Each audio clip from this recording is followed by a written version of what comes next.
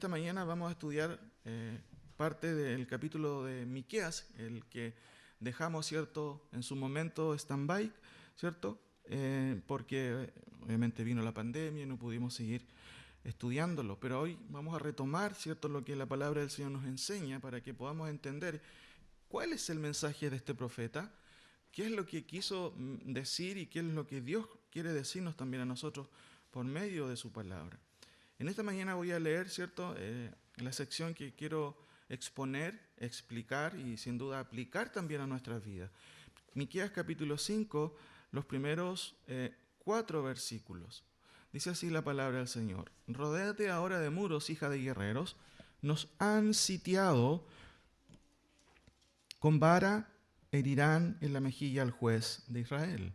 Pero tú, Belén, Efrata, pequeña para estar entre las familias de Judá, de ti me saldrá el que será Señor en Israel, y sus salidas son desde el principio, desde los días de la eternidad, pero los dejará hasta el tiempo que dé a luz, la que ha de dar a luz, y el resto de sus hermanos se volverá con los hijos de Israel. Y él estará y apacentará con poder de Jehová, con grandeza del nombre de Jehová su Dios, y morarán seguros, porque ahora será engrandecido hasta los fines de la tierra.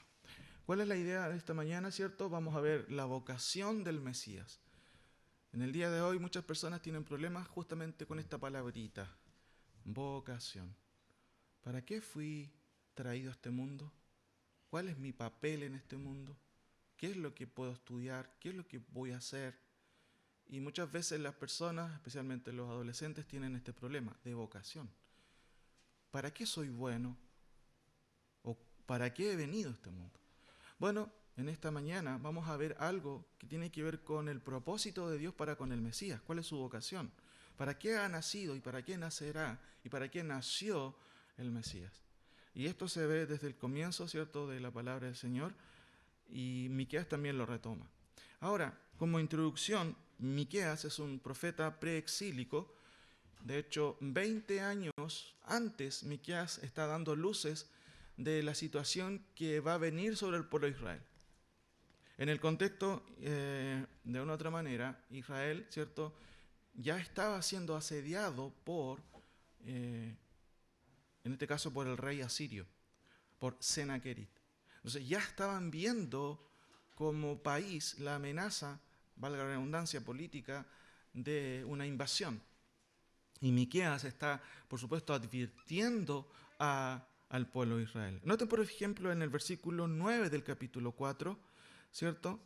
El profeta replica lo que está pasando ahí en el contexto con el pueblo. Ahora, ¿por qué gritas tanto? ¿No hay rey en ti? ¿Pereció tu consejero que te ha tomado dolor como de mujer de parto? De una otra manera, el profeta está describiendo lo que ellos están viviendo. ¿Por qué gritas? ¿Quién grita? ¿Cierto? Alguien que está pasando por una situación difícil. Alguien que está con el agua, como se dice, hasta el cuello. Y acá dice, ¿por qué gritas? Y noten qué interesante que en el versículo 11 dice, pero ahora se han juntado muchas naciones contra ti y dicen, sea profanada y vean nuestros ojos su deseo en Sion. ¿Qué está diciendo el autor? Que Israel está siendo claramente, ¿cierto?, a punto de ser asediada, a punto de ser, ¿cierto?, conquistada. Y noten que el versículo 1 del capítulo 5, de hecho, Miqueas les dice al pueblo, rodéate de muros, hija de guerreros, nos han sitiado. Y la palabra sitiado es una palabra militar, tiene que ver con sitio militar. Pero noten el mandato, rodéate de muros. O sea, Miqueas está describiendo lo que está pasando en el contexto directo, lo que está pasando ahí. Estamos siendo asediados. Y él ordena, rodéate de muros, hija de guerreros, nos han sitiado y con vara herirán en la mejilla al juez o al rey de Israel. Y en el contexto, Sedequías era un rey títere simplemente del imperio asirio, y en cierto sentido hacía lo que el imperio estaba ya exigiendo, y como les dije, Miqueas está anticipando lo que ya se está viniendo. Por eso le está diciendo al pueblo, rodéense, protéjanse, junten municiones, porque ya se viene la hecatombe, ya se viene la invasión. Y en este contexto surge, hermanos, un gran anuncio. El anuncio de la venida del Mesías. Noten lo que dice el versículo 2. Pero tú, Belén, Efrata. Belén, un pequeño pueblo, ¿cierto? Aproximadamente a 20 kilómetros de Jerusalén, la capital de Israel. Un pueblo entre, digámoslo así, entre esos días, un pueblo insignificante. Por eso que dice el texto, pero tú, Belén Efrata, pequeña para estar entre las familias de Judá. ¿Qué va a pasar? De ti saldrá el que será Señor en Israel. O sea, frente a un contexto difícil, complicado, hay un anuncio evangélico. Recuerden que la palabra evangelio significa buena noticia. Y aquí hay un evangelio en cierto sentido que deja ver que a pesar de que estamos pasándolo mal, se viene la invasión, hay un mensaje de esperanza. Por eso el texto dice, pero tú, Belén Efrata, pequeña para estar entre las familias de Judá, de ti saldrá el que será Señor en Israel. Entonces, lo que vemos aquí, hermanos, son varias cosas que tienen que ver con la vocación del Mesías. Lo primero es el anuncio del Mesías, en un contexto difícil, en un contexto en donde el pueblo de Israel estaba pasando ciertas situaciones difíciles, en donde ya estaban siendo asediados por estos paganos, básicamente, ¿cierto?, los asirios, y lamentablemente, por supuesto, eso llegaría al finalmente y parte de Israel, el norte, se iría exiliado por los asirios. Ya estaban viendo parte, ¿cierto?, de la influencia de estos paganos y el rey, el que estaba en ese contexto, ¿cierto?, ya Sedequías ya estaba siendo un títere de este imperio. El anuncio de la venida del Señor entonces contrasta con la situación desfavorable que estaban viviendo como pueblo. Rodéate de muros, dice el texto, porque ese es un mensaje directo en el contexto de Miqueas. Por supuesto, como ya lo hemos dicho, había un rey, pero ese rey era ya un rey títere, en este caso Sedequías. Por esto el anuncio, hermanos, del Mesías era un anuncio de esperanza, un anuncio que fue muy bien recibido en su contexto. Pero tú, Belén, Efrata, pequeñas para estar entre las familias de Judá, de ti saldrá el que será Señor en Israel. Ahora, ¿qué es lo que se anuncia aquí? El profeta Miqueas, ¿cierto?, es súper claro porque va a mencionar un lugar. Hay un lugar prominente en este anuncio, y ya lo leímos, Belén, Efrata. A 10 kilómetros, ¿cierto?, aproximadamente, dije 20, 10 más bien dicho, al sudoeste de Jerusalén. Efrata significa fructífera. Y qué interesante que el antiguo nombre Belén, recuerden que Belén significa casa de pan, fue el lugar elegido por Dios para que un día, ¿cierto?, mucho tiempo después de esta profecía, naciera el que iba a ser el pan de vida, como dice Juan 6:35. Efrata, ¿cierto?, se añade al contexto, ¿cierto?, al nombre de Belén, porque se distingue de otras localidades con el mismo nombre. Notamos entonces este anuncio, ¿cierto?, en medio de conflictos, en medio de una situación complicada para Israel, en el anuncio de la venida de alguien, en este caso de quién iba a ser Señor en Israel. Segunda cosa, lo que notamos es el rango de este Mesías. ¿Qué se dice de este Mesías? ¿Qué iba a ser? Leamos nuevamente el texto, versículo 2. Pero tú, Belén Efrata, pequeña para estar entre las familias de Judá, de ti me saldrá, ¿cierto?, el que será, ¿qué dice su Biblia? Señor en Israel. Hemos cantado himnos en esta mañana con este mismo énfasis, donde Cristo es exaltado como Señor. Entonces, también notamos aquí el rango, ¿cierto?, de este Mesías. ¿Qué va a ser? El texto dice claramente, pero tú, Belén Efrata, pequeña para estar entre las familias de Judá, de ti me saldrá el que será Señor en Israel. La versión de las Américas traduce, de ti me saldrá el que será gobernador en Israel. Y el énfasis, por supuesto, de Miqueas en este sentido, claramente es mucho más claro al leerlo, como ya lo leí en la versión de las Américas, porque el término hebreo machal significa gobernador, dominador, rey, jefe, cabeza, etcétera, etcétera.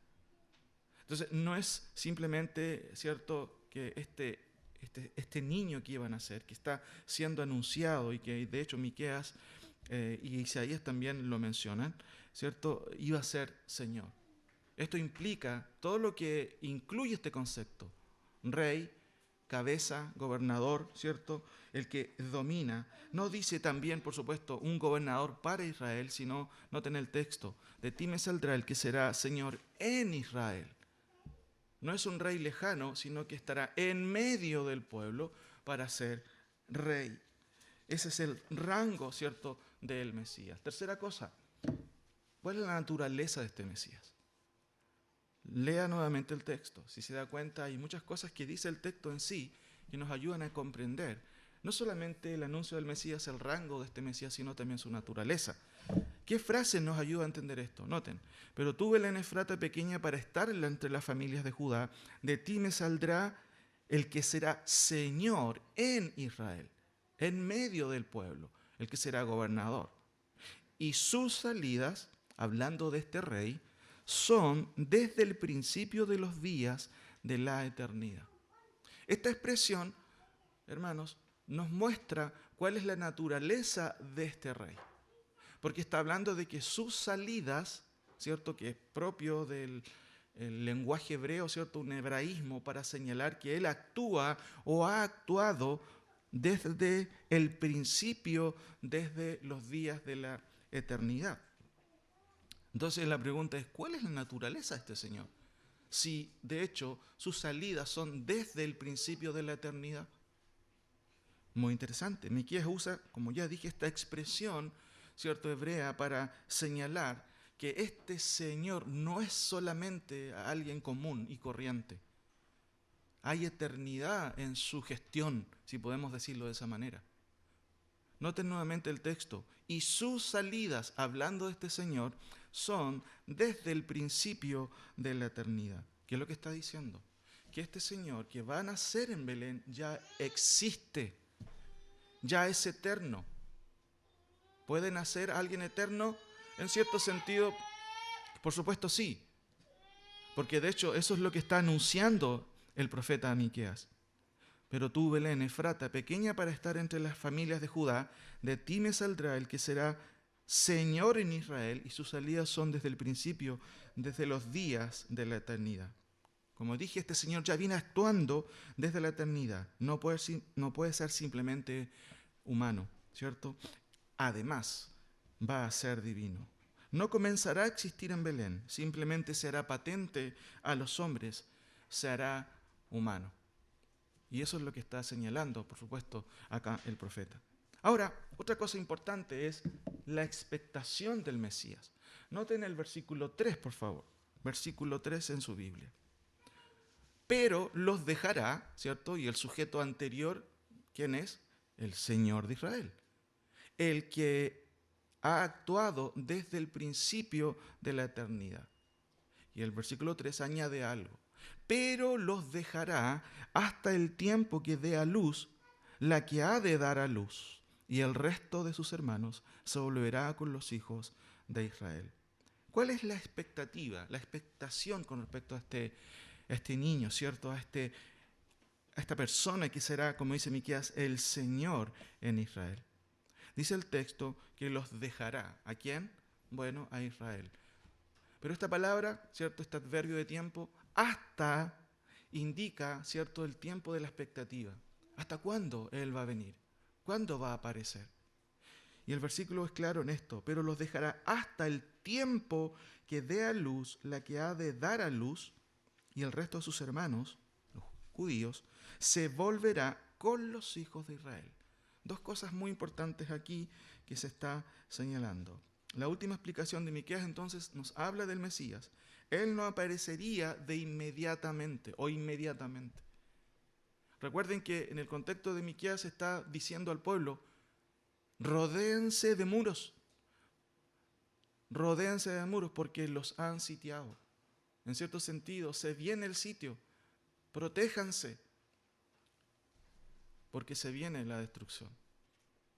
Pero en medio de esta situación, ¿cierto?, complicada para Israel, el profeta, ¿qué es lo que va a hacer? Anuncia la venida de un Mesías. Pero no solo eso, también nos ayuda a comprender y anunció en su contexto de qué se trataría o quién, ¿cierto?, vendría, cuál sería su rango, además, cuál era su naturaleza y, por otro lado, su expectativa. No aparecería de inmediatamente, aunque Miqueas, da un parámetro temporal hasta que dé a luz, la que da a luz, ¿cierto? Esto es paralelo a la aparición del Mesías. El resto de sus hermanos, con los demás hijos de Israel, se volverían a Jehová. La expresión, ¿cierto?, el resto de sus hermanos, subraya esto: el volver con los hijos de Israel o en unión con, ¿cierto?, sus hermanos. Esto, hermanos, no se cumplió de vuelta del exilio. Recuerden que Israel, ¿cierto?, en su momento, posteriormente después, tenemos profetas postexílicos que van a hablar del retorno de Israel a su tierra.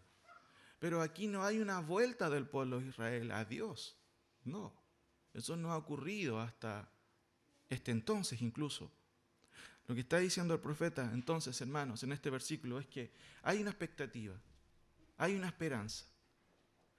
Dios no actuaría al tiro, sino que volvería, ¿cierto?, a mostrar su gracia cuando la que tendría que dar a luz, ¿cierto?, aparecería, o apareciera, más bien dicho. Pero los dejará hasta el tiempo que dé a luz la que ha de dar a luz. Y cuando suceda esto, el resto de sus hermanos se volverá con los hijos de Israel. Y la palabra volver tiene que ver con conversión, tiene que ver con un retorno hacia el Señor. ¿Cuándo ocurrió eso? Eso no ocurre, ¿cierto?, simplemente en el exilio, ¿cierto?, en el post-exilio, que ocurre después de los 70 años de cautiverio. Hay una vuelta política a la tierra de Israel, pero no hay una vuelta, hermanos, a Dios. Y eso habla, por supuesto, de conversión. Ahora, otra cosa importante: ¿cuál es el papel del Mesías? Lean por favor con atención el versículo 4. ¿Cuál es el papel que va a cumplir el Mesías en torno a su pueblo, en torno a Israel? El texto nos anuncia de la venida de un Mesías. Y si usted puede recordar, esto es lo que Mateo también está mencionando en el Evangelio. Vamos a verlo rápidamente. Se menciona el anuncio de un Mesías, ¿cierto? Pero tú, Belén, Efrata, no es algo ambiguo, es algo claro. Belén es clave, ¿cierto?, en esta profecía. Pero tú, Belén Efrata, pequeña para estar entre las familias de la tierra, de ti saldrá el que será el Señor en Israel. Ese es su rango. No es otro profeta.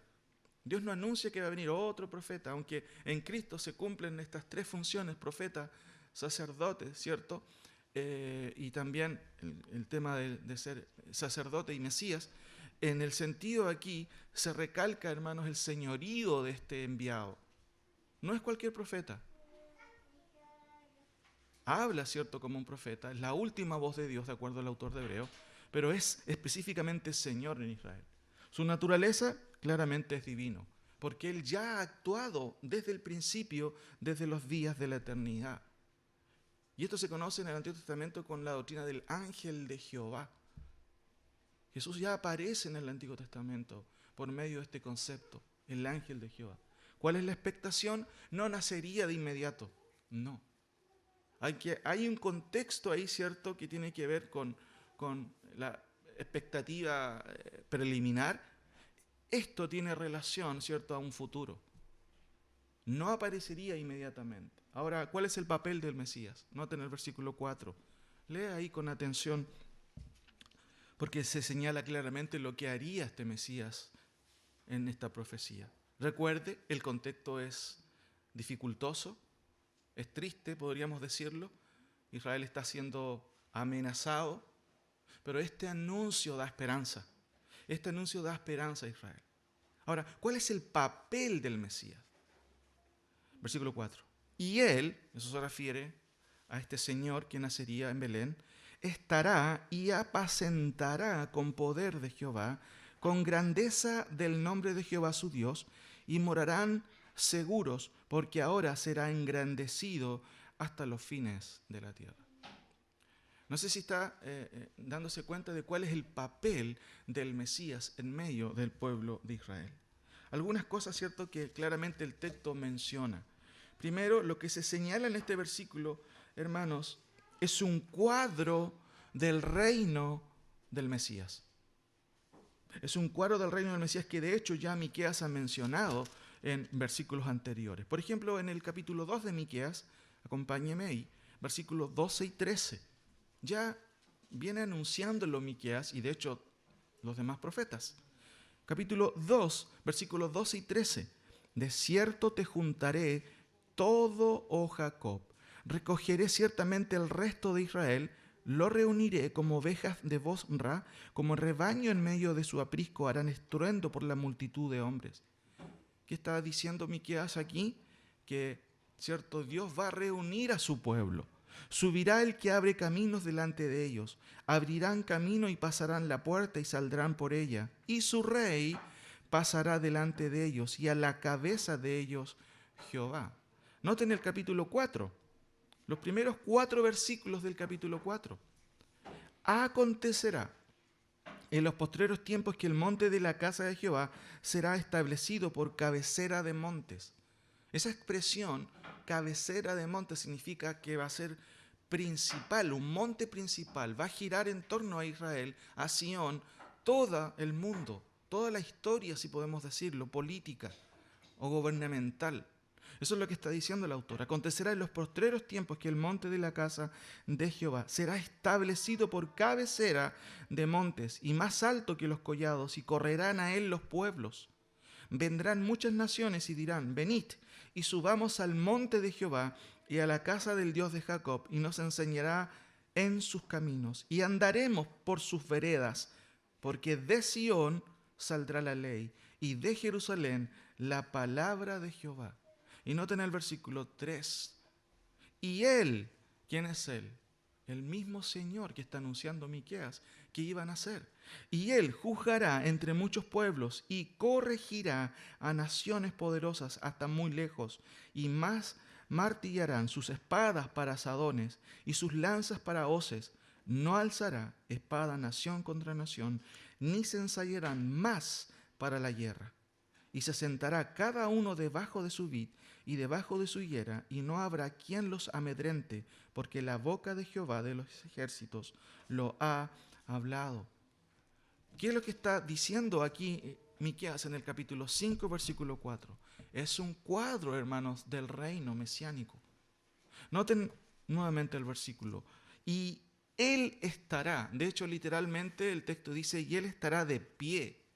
Eso comunica, hermanos, de algún modo, la presencia activa del Mesías. No será virtual o espiritual. Ahora, en este momento, ¿la presencia de Dios está con nosotros? Por supuesto, es una presencia espiritual. Pero va a llegar un momento, hermanos, en que Cristo va a estar físicamente en medio de su pueblo. Aunque esto está refiriéndose a Israel, también su iglesia, como comenta también el Nuevo Testamento, estará presente. Veremos al Señor. Podemos verlo con nuestros propios ojos. Ahora, y Él estará de pie, dice el texto original, ¿cierto? Y apacentará con poder de Jehová. La palabra apacentar tiene que ver con una vocación pastoral, de poder nutrir, de poder cuidar a su pueblo. Por eso, como ya dije, Él estará en pie, lo cual subraya no solo su disposición, sino su presencia activa. Por otro lado, Miqueas añade que además de estar presente, apacentará con poder de Jehová, con grandeza del nombre de su Dios. Esto confirma la espiritualidad del reino. Hermanos, la Biblia claramente enseña un cuadro milenial, terrenal del reino del Mesías. Un reino físico. Pero no solamente será de connotación física, sino a la vez espiritual. No quiere decir que el hecho de que sea espiritual se descarte el aspecto físico. Todas las profecías, hermanos, específicamente las que hemos visto en los profetas, hablan de un reino terrenal físico, pero su connotación será espiritual. Noten, y él estará y apacentará con poder de Jehová, con grandeza del nombre de Jehová, su Dios. Eso claramente deja ver que la manera en que Cristo va a manejar su reino va a ser de manera espiritual, pero con connotaciones literales y físicas, sin duda.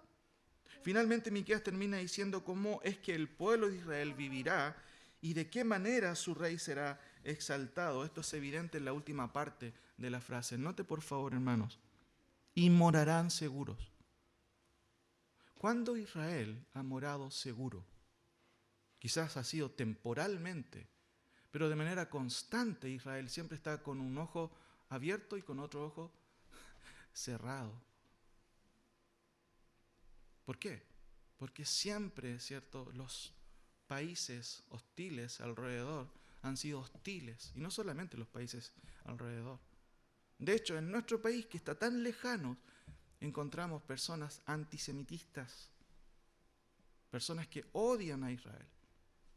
Y eso siempre ha sido así. Pero noten lo que va a pasar en este tiempo. Y Él estará de pie, dice el texto hebreo. Eso habla de presencia física. Y apacentará con poder de Jehová, con grandeza el nombre de Jehová su Dios, con el nombre de Jehová su Dios, y morarán seguros. Y noten lo que termina diciendo.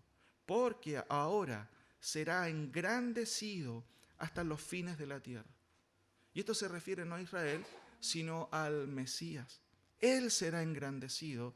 Y noten, aquí hay una expresión también que tiene que ver con extensión. Será engrandecido hasta los fines de la tierra. ¿Qué significa esa expresión, hermanos? Hasta los fines de la tierra. Hay algunos versículos que claramente nos ayudan a entender. Por ejemplo, Salmo 72:8, hablando del Mesías, dice que dominará de mar a mar. ¿Qué significa esa expresión? Usted y yo la entendemos muy claramente. De mar a mar significa toda la tierra, en todos los lugares. De hecho, el Salmo dice, dominará de mar a mar y desde el río hasta los confines de la tierra. Zacarías 9:10 también dice algo parecido. Y de Efraín destruiré los carros y los caballos de Jerusalén, y los arcos de guerra serán quebrados, y hablará paz a las naciones, y su señorío será de mar a mar, y desde el río hasta los fines de la tierra. Miqueas dice lo mismo. Y morarán seguros, Israel, porque ahora será engrandecido, ¿quién? El Señor, este que va a nacer, hasta los fines de la tierra. Ahora, el cumplimiento de estas referencias, hermanos, ¿cierto? Por supuesto, tuvo su inicio en el primer siglo. Acompáñame a Mateo, por favor, capítulo 2. Mateo capítulo 2, versículos 5 y 6. ¿Cómo es que el Nuevo Testamento ahora, ¿cierto?, deja ver esta situación, esta profecía? Mateo capítulo 2, versículos 5 y 6 en especial. Voy a leer del versículo 1 en adelante. Cuando Jesús nació, ¿dónde? Wow. Cuando Jesús nació en Belén de Judea. Y una buena pregunta sería, hermanos, ¿la profecía de Miqueas se cumplió espiritualmente o literalmente? El nacimiento de este Señor es un cumplimiento, por supuesto, literal. Noten, cuando Jesús nació en Belén de Judea, en días del rey Herodes vinieron del oriente a Jerusalén unos magos diciendo, ¿dónde está el rey? Noten la naturaleza, el rango, es rey. Es un rey que ha nacido. ¿Qué decía Miqueas que iba a ser? De ti, Belén Efrata, nacerá el que será Señor o gobernador, ¿cierto? Muy bien, de Israel. Y este acontecimiento ocurrió justamente, ¿dónde? En Belén. Y Mateo lo que está diciendo es, ¿cierto?, que Jesús ha nacido. ¿Dónde? En Belén.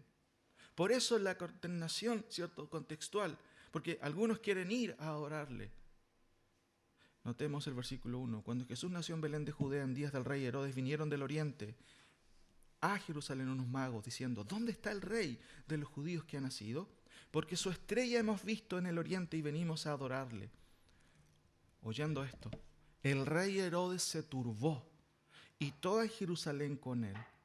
Y convocados todos los principales sacerdotes y los escribas del pueblo, les preguntó dónde había de nacer el Cristo o el Mesías. ¿Cuáles eran las intenciones de Herodes?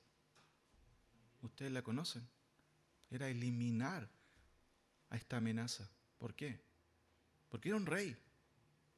Y era una amenaza para él, justamente como regente de ese entonces.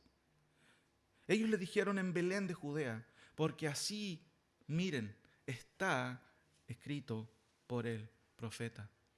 Y tú, Belén, de la tierra de Judá, ¿no eres la más pequeña entre los príncipes de Judá? Porque de ti saldrá, y noten aquí que el autor no es que cambie, sino que expande el concepto de Miqueas. De ti saldrá ¿quién? Un guiador, alguien que va adelante, alguien que comanda también. Y noten la segunda expresión, que apacentará, ¿a quién? A mi pueblo. ¿Quién es el pueblo ahí mencionado? Por supuesto, hermanos, es el pueblo de Israel. Entonces, notamos aquí que interesante, que nace el Señor Jesucristo y tiene los mismos títulos, la misma vocación, vuelve a subrayarse de él. Será el gobernador, será un guiador, alguien que comanda, alguien que va adelante y alguien que va a apacentar a su pueblo. Acompáñenme en esta última cita, Lucas 1, por favor. Mateo, Marcos, Lucas. ¿Qué es lo que dice Lucas con respecto al Señor? Sabemos, ¿cierto? Mateo nos indica que ha nacido y justamente nació en Belén. Al pie de la letra se ha cumplido la profecía de Miqueas. Pero, ¿cómo Lucas presenta a este Señor, a este niño que nace en Belén? Lucas 1, del versículo 26, tenemos el contexto, hermanos, en donde se nos muestra las características que se anuncian y que se dicen de este niño. Al sexto mes el ángel Gabriel fue enviado por Dios a una ciudad de Galilea llamada Nazaret, y a una virgen desposada con un varón que se llamaba José de la casa de David. Y el nombre de la virgen era María. Y entrando el ángel en donde ella estaba, dijo: Salve muy favorecida, el Señor es contigo, bendita tú entre las mujeres. Mas ella, cuando le vio, se turbó por sus palabras y pensaba: wow, y este saludo tan especial, ¿por qué? ¿Por qué se me dice a mí? Entonces el ángel dijo: María, no temas, porque has hallado gracia delante de Dios. Y ahora concebirás en tu vientre y darás a luz un hijo y llamarás su nombre, noten, Jesús. ¿Y qué significa Jesús? Salvador. Noten el versículo 32. Este será grande y será llamado Hijo del Altísimo, y el Señor Dios le dará, ¿qué cosa? Un trono. ¿Cuál trono? El trono de David, su padre. Pero no solamente eso. Noten el versículo 33. Y reinará, ¿dónde? Sobre la casa de Jacob, ¿por cuánto tiempo? Para siempre, y su reino no tendrá fin.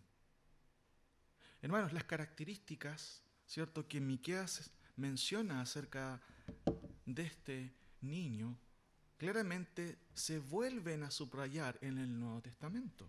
Sin embargo, hay una pregunta, y esto es lo último que voy a mencionar. ¿Cumplimiento mixto, literal y espiritual? Porque la profecía de Miqueas, los versículos 2 específicamente, se cumplen al pie de la letra. Noten: pero tú, Belén, Efrata, pequeña para estar entre las familias de Judá, de ti saldrá el que será el Señor de Israel. Y sus salidas son desde el principio, desde los días de la eternidad. Claramente el Nuevo Testamento deja ver que este niño no es cualquier niño. Es un niño especial, es un niño divino. Tanto Mateo como Lucas, además, confirman la vocación del Mesías. Será Señor, será gobernador, será rey, será alguien que va a guiar a su pueblo.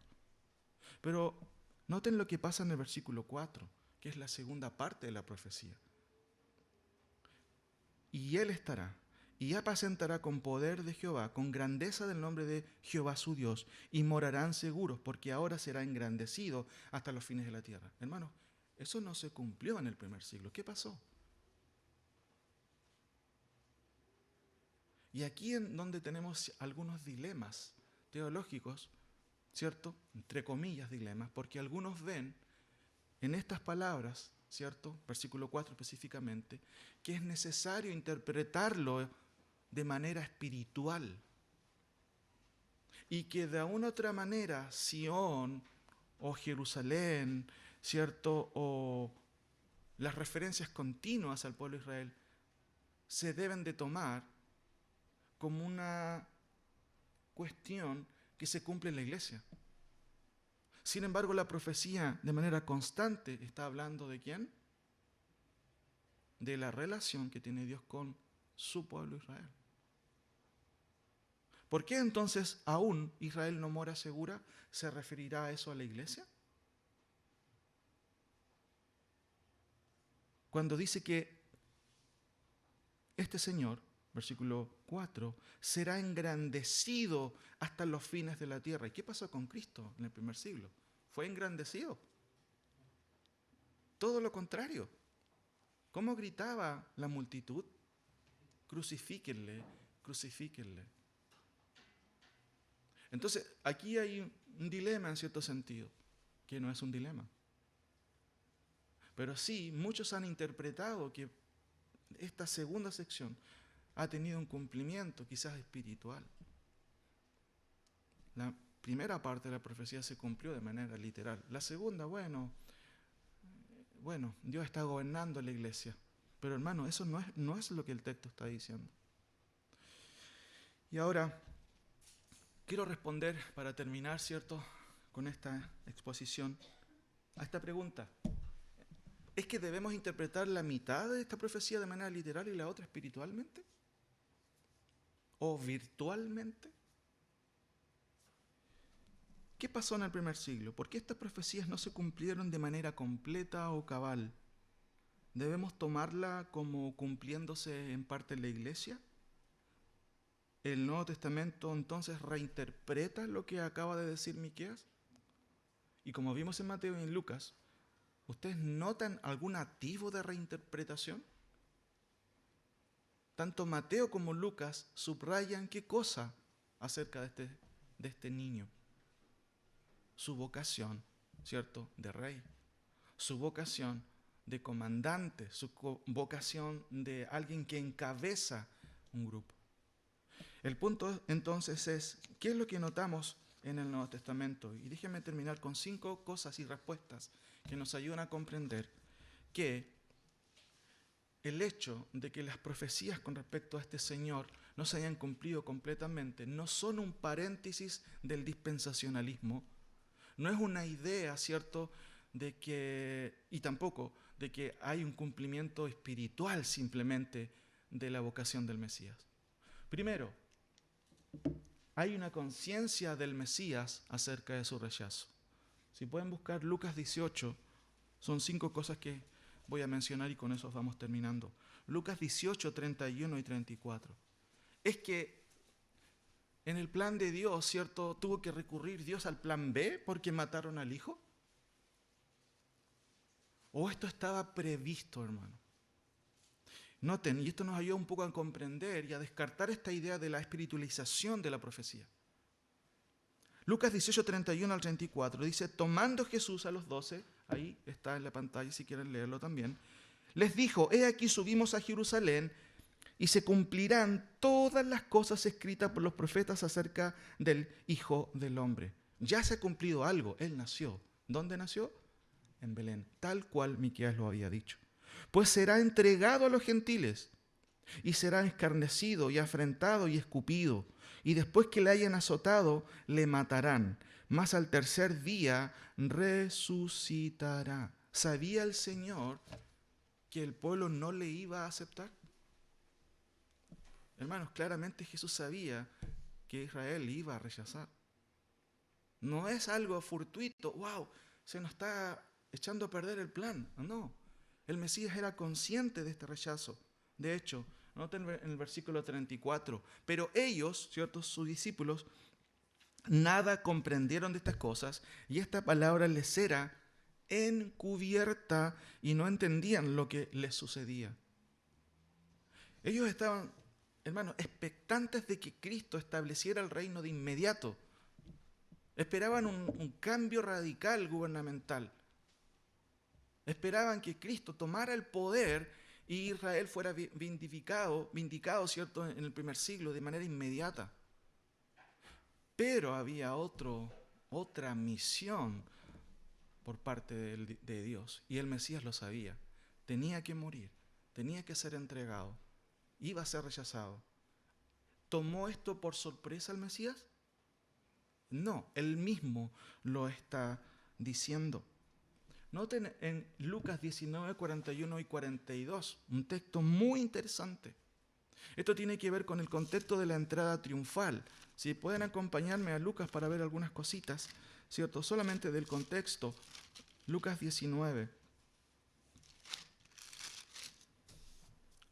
19:28 dice el texto: dicho esto, iba adelante subiendo a Jerusalén, y aconteció que, llegando cerca de Betfagé y de Betania, al monte que se llama de los Olivos, envió 2 de sus discípulos, diciendo: id a la aldea que está enfrente, y entrad en ella, hallaréis un pollino atado, en el cual ningún hombre ha montado jamás. Desatadlo y traedlo.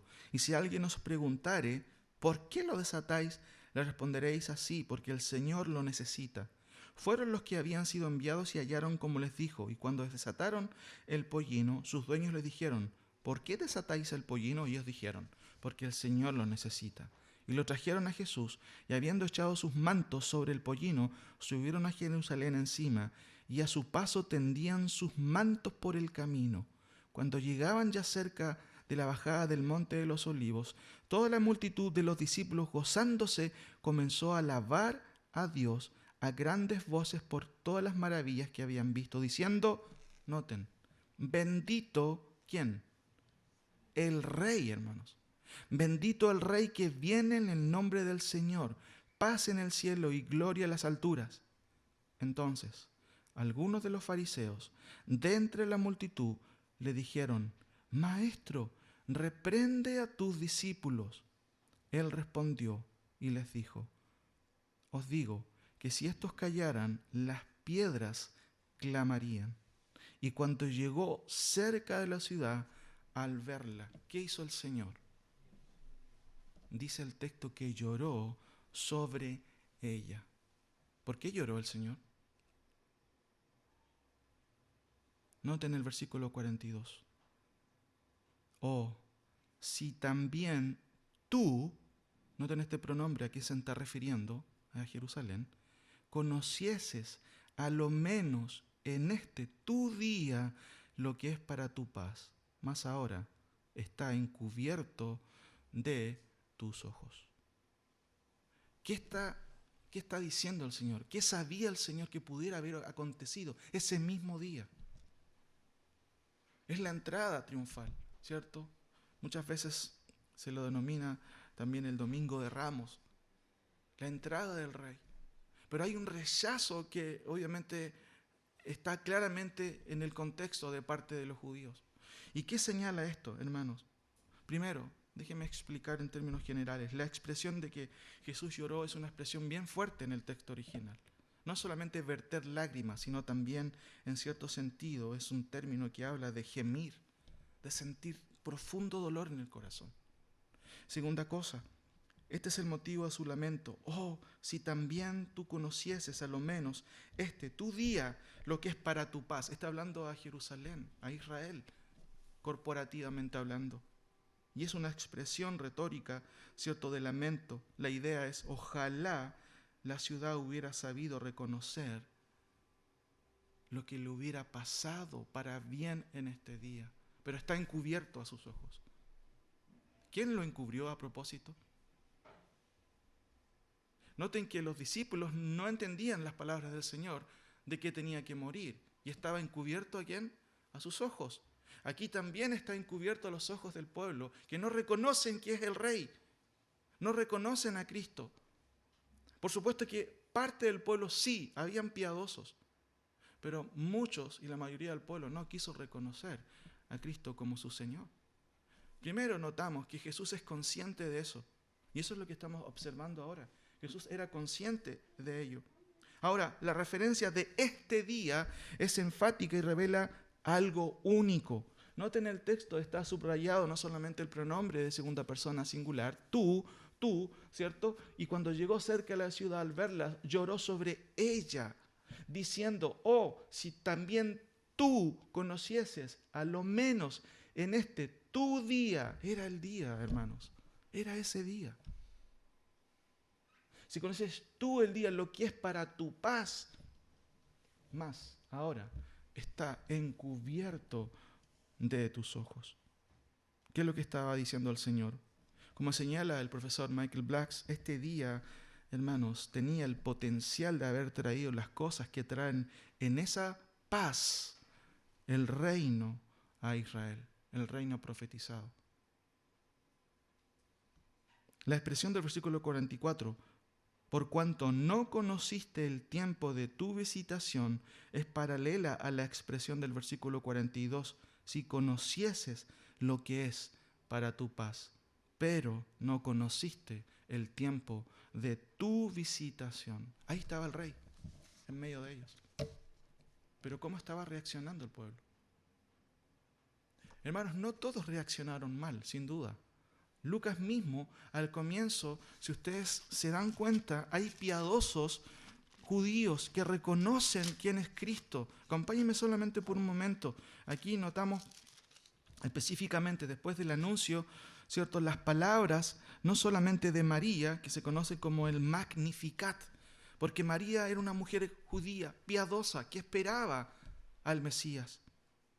Versículo 46 del capítulo 1. Entonces María dijo, engrandece mi alma al Señor y mi espíritu se regocija en Dios. Noten, mi Salvador.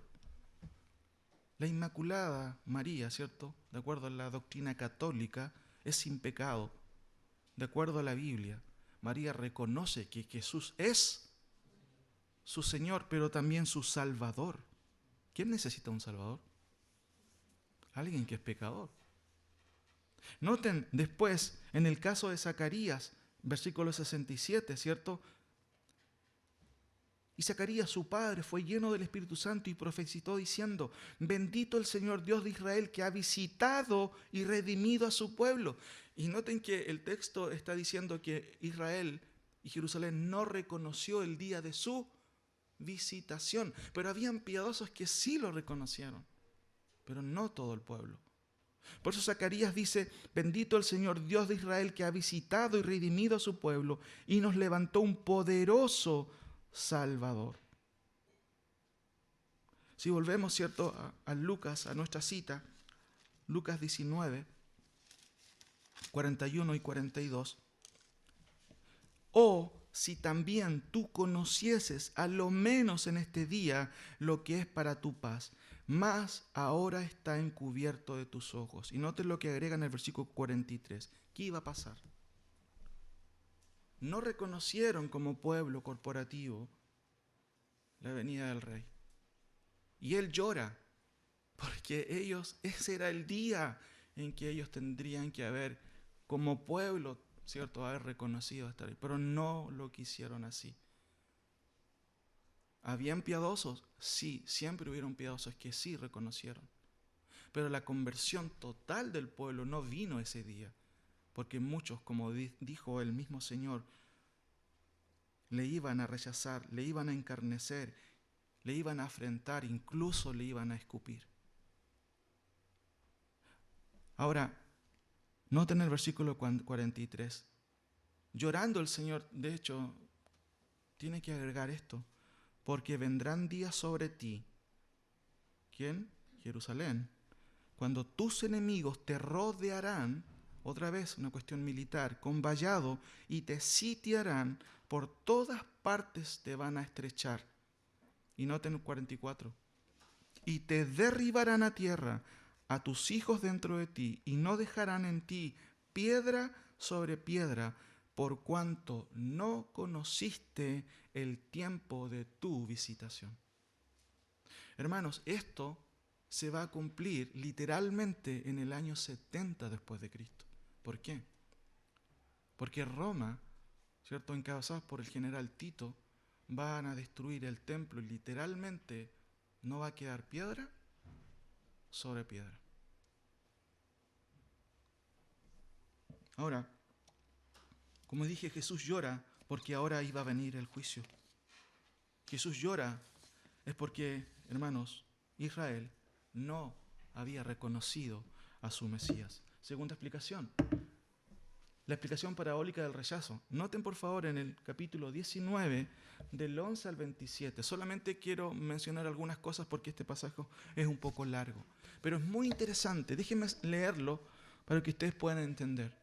Recuerden, la primera explicación de este rechazo, Cristo era consciente de este rechazo. Sabía, no es un plan B que Dios tiene que arreglar ahora la situación.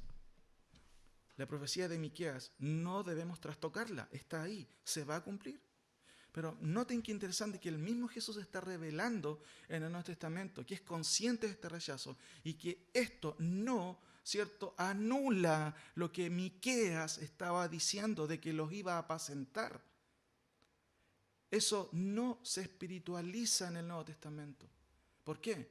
Porque el rechazo de Cristo era, ¿cierto?, y era conocido por el propio Mesías. Y esta parábola es muy interesante, se las leo rápido. Y noten cuántas veces repite la palabra reino. La parábola es una enseñanza que tiene, ¿cierto?, el propósito de poder enseñar una verdad espiritual. ¿Cuál es esta verdad espiritual? Oyendo, ¿cierto? Esto es a continuación, hermanos, ¿cierto?, en el contexto, o anterior, perdón, a lo que estábamos leyendo. 11 al 27. Oyendo estas cosas, prosiguió Jesús y dijo una parábola por cuanto estaba cerca de Jerusalén y ellos pensaban que el reino de Dios se manifestaría inmediatamente. Esa era la mentalidad de los judíos. Ya, pues Señor, ¿cuándo? ¿Cuándo instalas el gobierno? Yo quiero estar al lado, ¿cierto? Otros querían estar a la derecha, otros a la izquierda, querían ser parte de las carteras, ¿cierto?, ministeriales. Pero ya, Señor, ¿cuándo? ¿Cuándo? Noten el concepto que tienen los judíos. No están pensando en un reino espiritual. Están pensando en un reino físico literal. Sigo diciendo, o sigo leyendo. Pensaban que el reino de Dios se manifestaría. Dijo pues, y aquí el Señor va a explicar, hermanos, por qué hay un rechazo. Un hombre noble se fue a un país lejano para recibir un reino y volver. Y llamando a 10 siervos suyos les dio 10 minas y les dijo, trabajen esas minas, o sea, negociad entre tanto que vengo. Pero sus conciudadanos le aborrecían y enviaron tras él una embajada diciendo, no queremos que éste reine sobre nosotros. Mire qué interesante. Aconteció que vuelto él, después de recibir el reino, mandó llamar ante él a aquellos siervos a los cuales había dado el dinero para saber lo que habían hecho cada uno con lo que él le había dado. Vino el primero diciendo, Señor, tu mina ha ganado 10 minas. Y él le dijo, está bien, muy buen siervo, por cuanto en poco has sido fiel, tendrás autoridad sobre 10 ciudades. Vino el otro, ¿cierto?, diciendo, Señor, tu mina ha producido 5 minas. Y también a este dijo, tú también sé sobre 5 ciudades. Vino otro diciendo, Señor, aquí está tu mina, la cual he tenido guardada en un pañuelo, porque tuve miedo de ti, por cuanto eres hombre severo, que tomas lo que no pusiste y ciegas lo que no sembraste. Entonces él le dijo, mal siervo, por tu propia boca te juzgo. ¿Sabías que yo era un hombre severo y que tomo lo que no puse y que ciego lo que no sembré? ¿Por qué pues no pusiste mi dinero en el banco para que al volver yo lo hubiera recibido con los intereses? Y dijo a los que estaban presentes, quitadle la mina y dadla al que tiene las 10 minas. Y ellos dijeron, Señor, pero ese ya tiene 10 minas. Pues yo os digo que todo aquel que tiene se le dará, mas al que no tiene, aun lo que tiene y no trabaja, más bien dicho, en lo que Dios le ha dado, se le quitará. Y noten cómo termina esta parábola. Y también a aquellos mis enemigos que no querían que yo reinase sobre ellos, traedlos acá y decapitadlos delante de mí. Esto es una explicación de lo que estaba a punto de suceder y lo que estaba sucediendo. Se trata de una parábola, pero una parábola sobre el reino. ¿Cuántas veces se repite el concepto de reino en la parábola? Ahí ustedes lo pueden ver, está subrayado. Jesús estaba mostrándole a ellos qué es lo que estaba aconteciendo, por qué estaban rechazándole. Es interesante observar también que entre los oyentes originales, hermanos, había una expectativa de que el Mesías Jesús establecería el reino de manera inmediata. No pensaban en un reino espiritual. Por otro lado, ni Jesús ni la audiencia veían el reino como ya establecido. No tenían una cosmovisión amilenarista del reino, si me pueden entender en esas palabras. No. Sabían que aún no estaba establecido. ¿Y qué es lo que querían? Es que, ya pues Señor, ¿cuándo estableces el reino? Dice la parábola.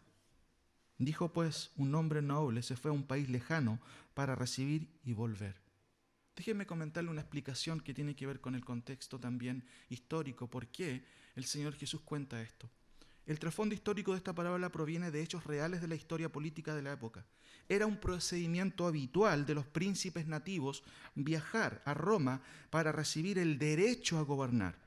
En el caso de Herodes Arquelao, con el que los oyentes de Jesús estaban familiarizados, era un ejemplo.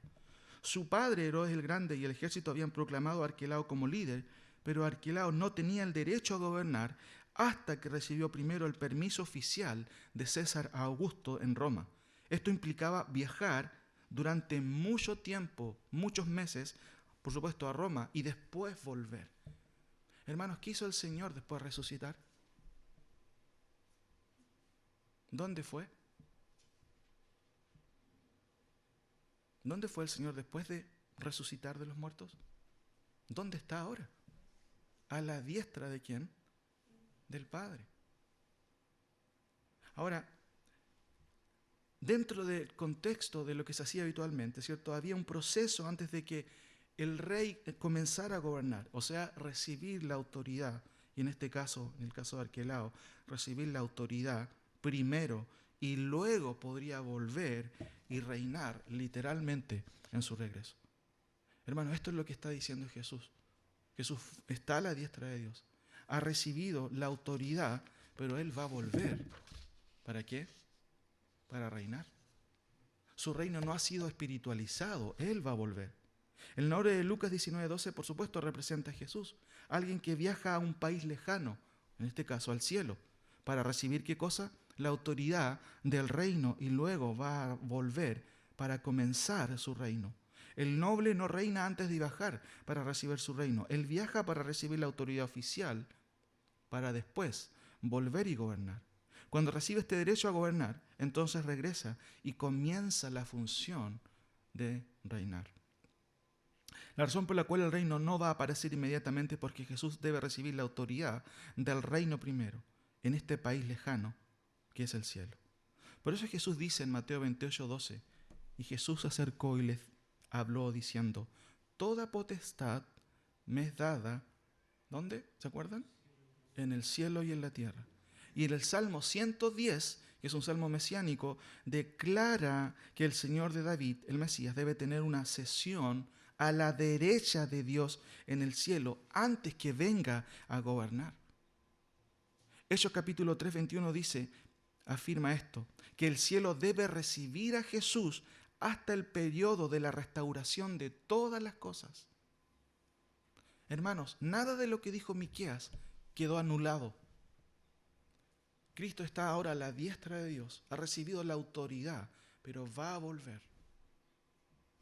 Tercera respuesta, la explicación teológica del rechazo. Esto para mí es tremendo. Lo recuerdo muy bien cuando uno de mis profesores en el instituto, el hermano Iván, estaba explicándonos este texto. ¿Quién mató a Jesús? Hay libros que se han escrito de esto. Los romanos, los judíos. Hermano, usted y yo matamos al Señor. ¿Saben por qué? Porque ¿quién ha pecado delante de Dios? Usted y yo, hermanos, hemos pecado. Por nuestros pecados el Señor murió. Pero esto no fue un plan, ¿cierto?, que fue, digamos, truncado por el hombre. Noten lo que dice este texto de manera tan gráfica. Cuando Pedro se levanta y habla directamente a los varones israelitas, les dice, varones israelitas, oí estas palabras, Jesús Nazareno, varón aprobado por Dios entre vosotros con maravillas, prodigios y señales que Dios hizo entre vosotros por medio de él, como vosotros mismos sabéis. A este, noten esta frase, entregado por el determinado consejo y anticipado conocimiento de Dios, prendisteis y matasteis por manos de inicuos, crucificándole, el cual Dios levantó suelto los dolores de la muerte, por cuanto era imposible que fuese retenido por ella. Hermanos, ¿se le escapó a Dios esto? entregado por el determinado consejo, hermanos, y anticipado conocimiento de Dios. Cristo nació para morir. Era parte y era necesario, hermanos, que Cristo muriera por nuestros pecados y resucitara al tercer día. Era un plan de Dios. Cuarto, la explicación profética del rechazo. Noten que en la profecía de Daniel se menciona que el Mesías debía morir.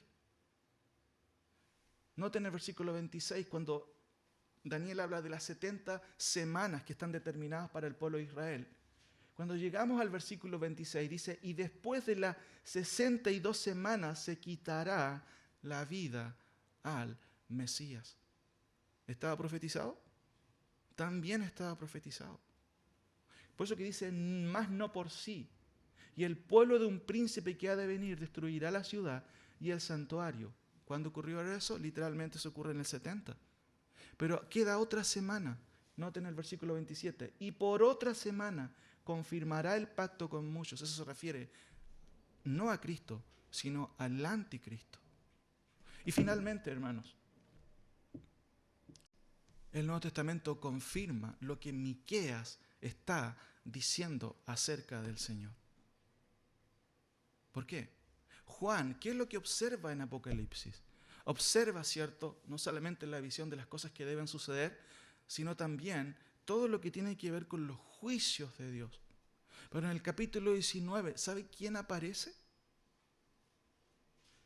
Esto es lo que dice el texto. Si quieren acompañarme, algunos textos ahí no están todos, pero esto es lo último, hermanos. Juan dice, entonces vi el cielo abierto y aquí un caballo blanco, el que lo montaba se llamaba Fiel y Verdadero, y con justicia juzga y pelea. Sus ojos eran como llama de fuego, y había en sus cabezas muchas diademas, y tenía un nombre escrito que ninguno conocía sino él mismo. Estaba vestido de una ropa teñida en sangre, y su nombre es el Verbo de Dios. Características que Miqueas también de hecho menciona, pero de otra manera, cuando dice que sus salidas son desde el principio de la eternidad. Es una connotación divina de este niño. Y aquí Juan dice que se trata del Verbo de Dios. Y los ejércitos celestiales vestidos de lino finísimo, blanco y limpio, le seguían en caballos blancos. Y noten, de su boca sale una espada aguda para herir con ella a las naciones. Y él las regirá con vara de hierro. ¿Qué está diciendo Juan? Está retomando lo que dijo Miqueas. ¿Qué es lo que vemos en esto, hermano? Que el reino de Dios, lo que ha hablado Miqueas acerca de la vocación mesiánica de Cristo, no se ha anulado. Juan nos está diciendo que a un día Cristo va a venir. Y note cómo le llama. Y en sus vestiduras y en sus muslos tiene escrito este nombre: Rey de Reyes y Señor de Señores. Hermanos, termino con un par de conclusiones sobre este tema. Primero, las profecías de Miqueas con respecto a la venida del Señor fueron cumplidas literalmente. Cristo nació donde Miqueas justamente había dicho que iba a nacer este Señor, en Belén, ¿cierto? Efrata, en Belén de Judea. Segunda cosa, las profecías de Miqueas no han sido espiritualizadas por el Nuevo Testamento. No.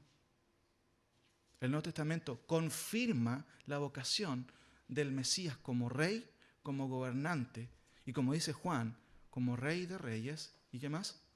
Señor de señores. Tercero, las profecías de Miqueas sobre el gobierno mesiánico del Señor se cumplirán, hermanos, tal cual fueron dadas por el Señor. Miqueas dice que Él va a estar presente y va a apacentar a su pueblo y morarán seguros y su gobierno será de mar a mar. Eso se va a cumplir porque son términos o los términos de Dios en la profecía. Cuarto, el énfasis de Miqueas acerca del Mesías está en su vocación de rey, de único magistrado, de Señor de señores. Hermanos, el énfasis de esta mañana es ver cómo la palabra del Señor enfatiza el señorío de Cristo. Entonces, una buena pregunta para usted: ¿es Cristo hoy su Señor? ¿Vive usted, cierto, de manera que reflejemos que el que manda en su vida no es usted, sino es el Señor? ¿Tenemos que esperar que Cristo venga en su segunda venida para que Él sea nuestro Señor, hermanos? Manifiesta su vida que Cristo no solamente es nuestro Salvador, sino también nuestro Señor. Hermanos, déjenme terminar con estas últimas palabras. El señorío literal y terrenal de Cristo será realidad. Él vendrá, será Rey de Reyes y gobernará de mar a mar. No podemos decir que somos sus seguidores si hoy nuestra vida manifiesta que el Señor, ¿cierto?, en realidad no es nuestro Señor. ¿Cómo manifestamos, hermanos, que este Señor que profetiza tanto el Antiguo como el Nuevo, realmente es mi Señor? Hubieron judíos que rechazaron el señorío de Cristo. Pero en el día de hoy, hermanos, es triste ver muchas veces que nosotros como creyentes, en muchas veces dejamos en segundo lugar al Señor. ¿Saben?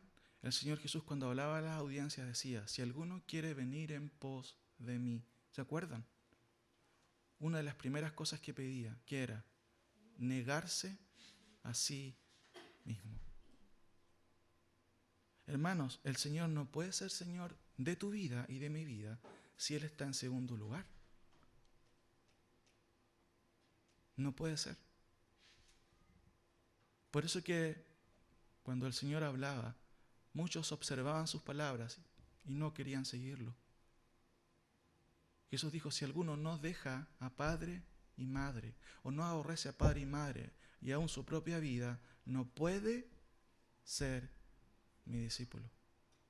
Por eso, mis queridos hermanos, el mensaje de Miqueas, sin duda que es pertinente porque nos recuerda quién es el Señor. Es el mismo de ayer y de hoy. Es el que adoramos en el día de hoy, el que hemos cantado en el día de hoy, en su nombre. Por eso, hermanos, como dije, el mensaje de Miqueas es manifestar la irrevocabilidad de la palabra de Dios. Su palabra se va a cumplir, pero al mismo tiempo nos muestra que nosotros como seguidores del Mesías no podemos ignorar la vocación del Señor. Su vocación, por supuesto, no es solamente ser Salvador, sino también Señor, hermanos. Por eso te invito a pensar esta semana, ¿realmente Cristo es mi Señor? ¿O solamente un salvavidas? Es fácil aceptar a alguien como salvavidas, pero lo difícil, hermano, es que el Señor sea justamente el Señor de tu vida y de mi vida.